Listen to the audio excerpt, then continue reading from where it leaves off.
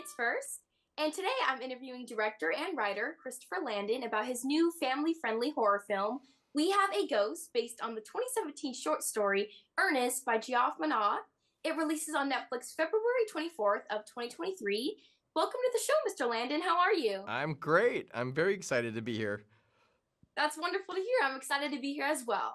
So, to get us started, how does it feel to be directing your first film since the pandemic? I know that completely shifted the entire film industry. How was it like jumping back into that? It was challenging but Mm-hmm. exciting, because I was so eager to get back to a film set and Mm-hmm. to meet the challenges. Look, we were, you know, masked up the whole time.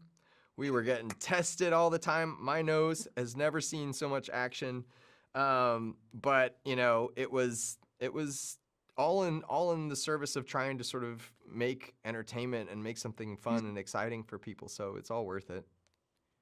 I can only imagine how hectic it must have been on set, but I'm sure it came with so many memorable memories and so much fun.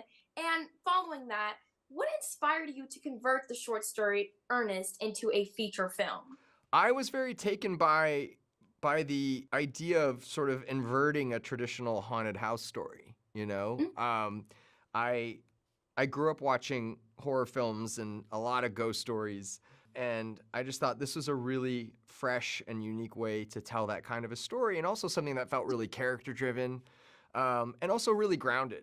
And I think the social media aspect of the movie really provided that, just this idea of like, well, if you found a ghost in your house, you'd probably Yeah. film it and you'd probably post it. That is so relatable and so realistic, especially with our generation and our time now.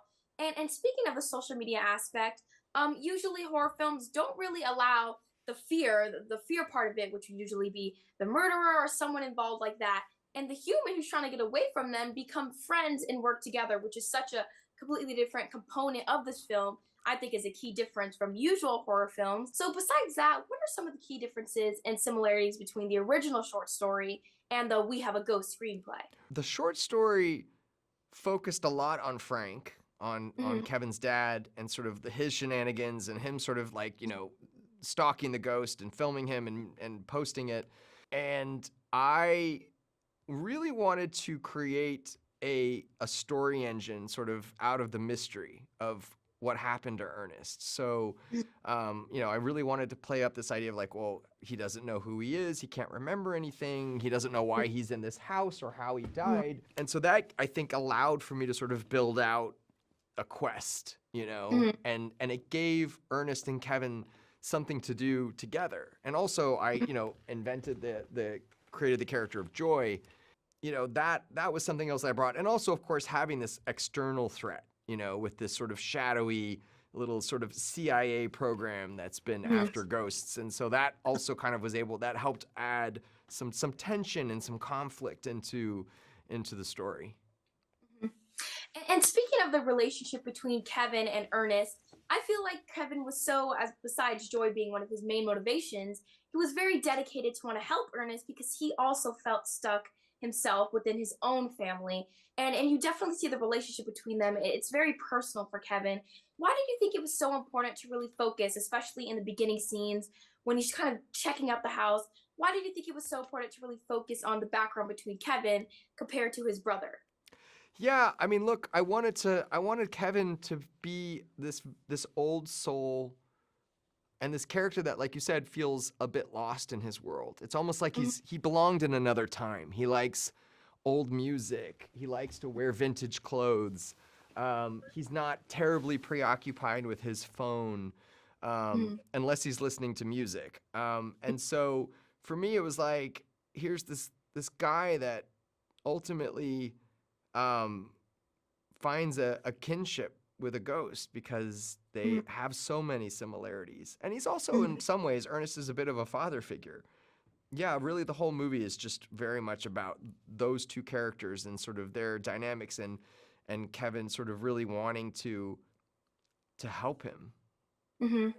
I've actually never thought about it that way. I didn't realize that Kevin might have thought about him in the father figurely way, Hmm. but it does really bring on to the film. I completely understand that. So thank you for pointing that out. Yeah. And You've made quite a name for yourself in the horror movie genre. What makes We Have a Ghost different from your other films that you brought to life? We Have a Ghost is I think first of all, it's a movie that you can really watch with your whole family. Mhm. So not little kids, little intense for the little ones, but it really is a movie that like I wanted to use to sort of bring people together, Mhm. to have that viewing experience, because Mhm. I do think that there's something for everybody in it. Yeah. Um, and I also wanted it to be a movie that it reached back into my own childhood when Mhm. movies like Gremlins, and E.T., and, movies that were allowed to be a little bit edgy and a little bit dangerous, but still safe. And so, yeah, it's very much a love letter to a lot of the movies that I grew up watching. Well, it most definitely mastered the balance between fun and family friendly while still adding a little bit of horror, drama, and overall just thrill. And what really brought that to life was the casting behind this film. Your cast is filled with well known actors such as David Harbour, Jahi Winston, and Jennifer Coolidge. What was the most important consideration when selecting the cast for this film? I'm always after honesty and Mm-hmm. authenticity. You know what I mean? Like people that are open, feel real, feel relatable, recognizable. Mm-hmm. That's what I am always trying to find when it Mm-hmm. comes to casting, and I think each person in this film is unique, and gifted. Like it's a amazing cast. I'm Mm-hmm. truly lucky. Oh, and they portray the characters so amazing. I mean, Jahi Winston's portrayal of Kevin is so spot on, particularly his music abilities.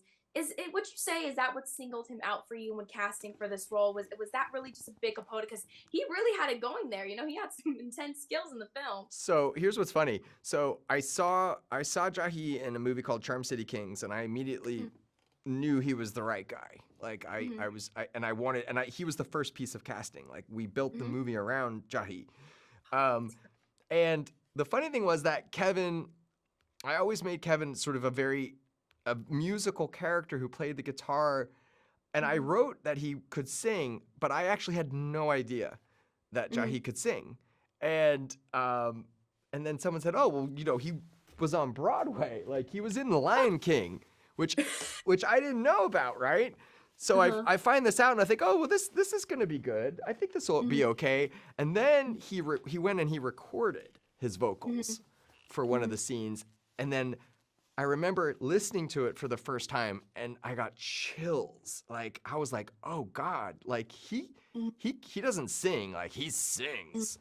Um so it was like that's when I just felt like the stars aligned, because I got everything. Again, sometimes you make little sort of quiet compromises and concessions, when you make a film, and this was one of those where I was like, "Man, did I hit the jackpot?" Like he did everything I needed him to do Mm-hmm. and more. Oh, that's wonderful to hear. And this film, you guys did a wonderful job. And just to end it off, I know that this film was overall just a horror and thrill film, but there's always a deeper meaning behind that. And to you, what do you hope the audience will take away from watching this film? I hope that people, you know, first I hope they just sort of enjoy the ride. That they feel like they've been on a journey. But at the end of it, yeah, I mean, I think that they sort of walk away from it sort of wanting to sort of pull their loved ones closer. Because I think that's ultimately what the movie's about. The movie really speaks to sort of like our time on this earth together is limited, and you don't want to spend it feeling disconnected and apart. Like we're in this together, so give somebody a hug. That is a good one. Go ahead and give somebody a hug today. Thank you so much, Christopher Landon, for taking the time to speak with me today about We Have a Ghost, which releases on Netflix February 24th of this year. And that is it for now. I had a wonderful time. Once again, thank you, Christopher. Appreciate it. It's nice to meet you.